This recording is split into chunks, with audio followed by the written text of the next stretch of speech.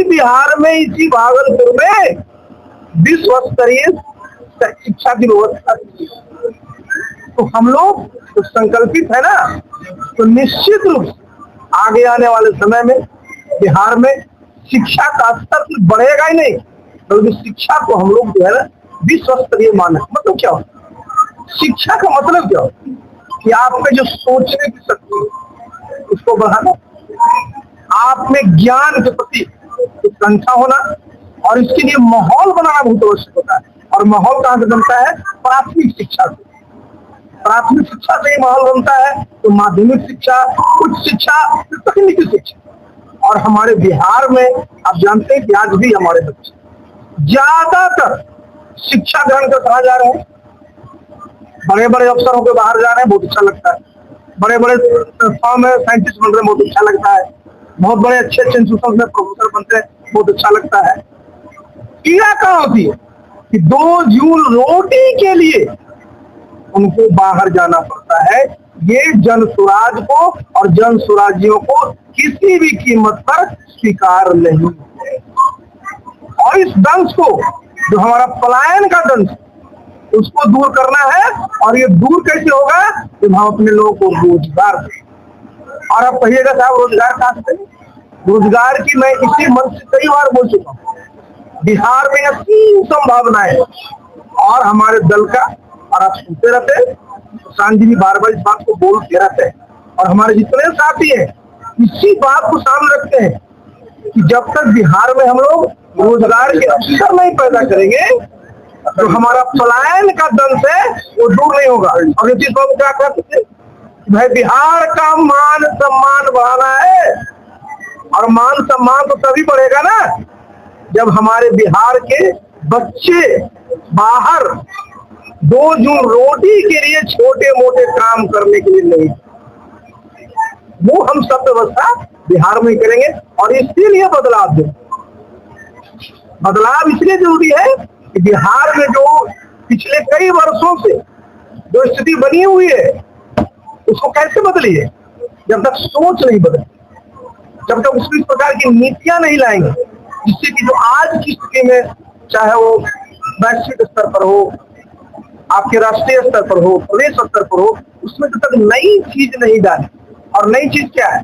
नई चीज यही है कि बिहार में जो शक्ति है, हमारे युवाओं में जो शक्ति है, हमारी नारी शक्ति में जो शक्ति है, जो हमारे किसानों में जो शक्ति है, जो हमारे मजदूरों में शक्ति है, उनको अगर हम ताकत देंगे तो सब मिलकर करके एक सुंदर बिहार बनाएंगे। और हमारे दल का जन स्वराज का क्या नारा है? जन स्वराज का सबसे बढ़िया क्या नारा है? जनता का तो राज होगा ही, जनता का सुंदर राज।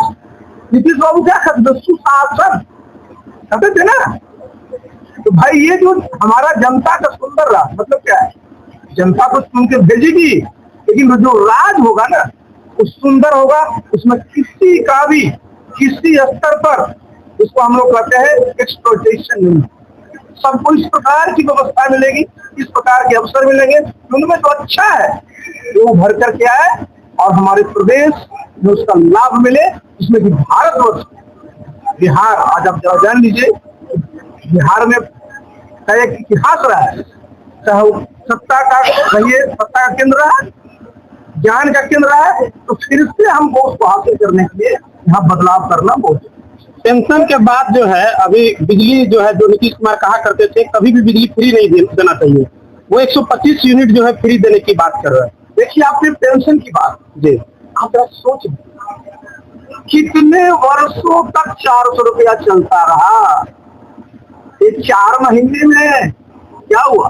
अब देखिए सुन, अब मैं देख रहा था, मैं लखीसराय में देख रहा था होर्डिंग लगा हुआ 1,11,00,000 जो हमारे पेंशनर्स हैं उनके लिए हमने इतनी धनराशि स्वीकृत कर दी है, उनके खाते में दे रहे थे।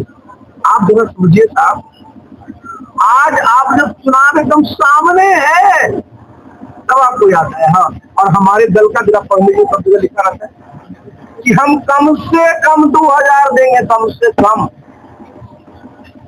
और आप जिसकी बात कर रहे हैं, आपने भी चर्चा किया बिजली जी।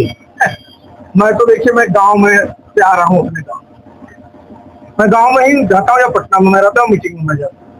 पिछले मैं 8 दिनों से मैं देख रहा हूँ, अब कल खास करके इतनी बार बिजली की कटौती हुई, कितना पहले कभी नहीं होता था। तो नीतीश बाबू की सोच तो जानते हैं, इनके ही सहयोगी दल है उत्तर प्रदेश में, उनके एक मंत्री जी हैं, उनको मैं जानता हूँ, उन्होंने बड़ा अच्छा कहा है। मैंने नहीं कहा एनडीए के वो मंत्री है, भारतीय जनता पार्टी के वो सदस्य हैं, क्या कहा है कि जब बिजली ही नहीं आएगी तो बिल ही नहीं उठेगा तो किस चीज को माफ करना है। और नीतीश बाबू शायद इसको भूल गए। मैं आपके सामने हूं ना, मैं जब अपने हाई स्कूल में पढ़ता था हुसैनपुर में, नालंदा में, मैं कभी लालटेन की रोशनी में नहीं पड़ा। उस समय भी बिजली कभी नहीं जाती, हमारे तार थे तांबा के तार। तो 70 के दशक में भी बिहार में बिजली नहीं जाती थी, और उसके बाद सरकारों ने क्या करना शुरू किया, फ्री बिजली, बिजली माफ, ऐसा माफ किया कि बिहार का डी इलेक्ट्रिफिकेशन हो गया। आपको मैं बता दूं, 1976 में नीतीश बाबू एक बार नहीं कई बार भाषण में बोले कि पूरा बिहार इलेक्ट्रिफाइड हो गया था। और 80 के दशक में क्या हुआ, 90 के दशक में क्या हुआ। देखिए, फ्री का मतलब ये नहीं होता है भाई वो पैसा किसका है जो आप दे रहे हैं बिजली विभाग को, 3700 करोड़ से ज्यादा रुपया। इस बात की है कि हमारा बिजली का उत्पादन इतना हो, बिजली की उपलब्धता इतनी हो कि हमारे यहाँ बिजली कटे ही नहीं। और ये जो छोटा मोटा कि भाई हम 125 यूनिट माफ कर दिए, माफ क्या कर दिए साहब, जो पैसा आपने दिया है 3700 करोड़, वो पैसा किनका है? बिजली मंत्री के घर का पैसा है, उनके खेत का पैसा है। कि बिहार की जनता जो टैक्स देती है वही आप बिजली विभाग को पेमेंट करेंगे। हमारी क्या मांग है कि बिहार में बिजली कभी नहीं कटनी चाहिए, बिजली की निरंतरता बनी रहनी चाहिए। देखिए अभी क्या स्थिति है, अभी बारिश भी हो रही है और कई जगह हमें आ रहा था, देखिए रास्ते में बारिश नहीं है। किसान लोग अगर बिजली उपलब्ध रहेगा तो अपना अच्छी खेती करेंगे। तो जरूरत इस बात का है कि बिजली उपलब्ध करेंगे। आज तक नीतीश बाबू को ये याद नहीं था क्या? अब उनको कोई बोल दिया होगा, और आप जानते हैं कि नहीं, लगता होगा कि अगर ये कर देंगे तो सब वोट हमें को मिल जाएगा। सुन ली, जनता जो है ना, जनता क्या, प्रकृति का ही नियम है परिवर्तन, और 20 साल हो गया है, परिवर्तन बिल्कुल सामने है। और ऐसा परिवर्तन होगा नवंबर में कि सब लोग देखते रह जाएंगे। और जन स्वराज का यहाँ राज जब स्थापित होगा तो जनता को लगेगा कि सुंदर राज्य का मतलब क्या होता है। बदलाव होगा, मुख्य उद्देश्य क्या है? मुख्य उद्देश्य ये है कि भाई हम लोग चाहते हैं कि बिहार में बदलाव, तो बदलाव किन किन क्षेत्रों में होगा, बदलाव का क्या मतलब होगा, और हमारे जो लोग हैं उनसे हम सवाल पूछेंगे ना कि अभी जो व्यवस्था है उसे क्या कुछ है। गांव में जाइए, हम लोग घूमते रहते, कहीं कोई कुछ नहीं है। आप जरा समझ लीजिए, 20 बिहार में 2005 में किस प्रकार से 2005-10 में कानून व्यवस्था कायम हुआ था। आज बाकी जगह तो छोड़ दिए साहब, पटना का क्या हाल है? पटना में भी देख लीजिए, सबसे प्रतिष्ठित हॉस्पिटल में अपराधी दिन दहाड़े घुस करके हत्या कर दे रहा है। अब इस प्रकार के सरकार को रहने का एक दिन भी औचित्य है क्या? शासन और सुंदर राज की बात आपने कही है, इसमें क्या डिफरेंस है? डिफरेंस नहीं है, मैं बता रहा हूँ। शुरू कहां से किया था नीतीश बाबू? सुशासन, गुड गवर्नेंस। हमारा क्या है? सुराज, सुंदर राज, गुड गवर्नेंस है भी। लेकिन शुरू तो आपने किया था, पहुंच कहां गए? काहे पहुंच गए?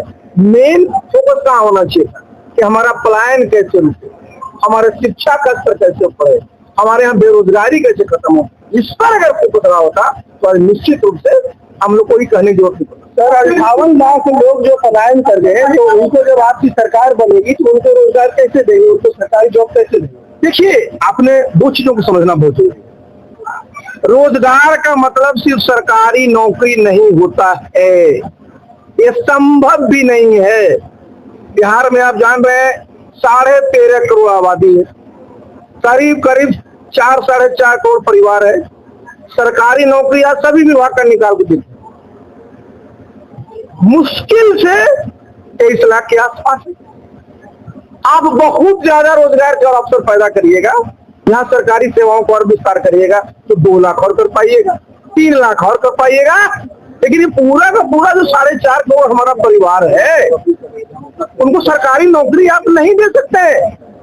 मुश्किल से अगर आप देखिएगा बिहार में या किसी भी प्रदेश में 2% से नीचे लोगों को सरकारी सेवा मिल पाती, बाकी लोगों को आपको स्वरोजगार देना पड़ेगा, रोजगार के अवसर को उत्थान पे। जैसे हमारे किसान हमारे जानते हैं बिहार में आज भी 50% से ज्यादा लोग खेती पर निर्भर है, वहां उनको रोजगार मिल रहा है।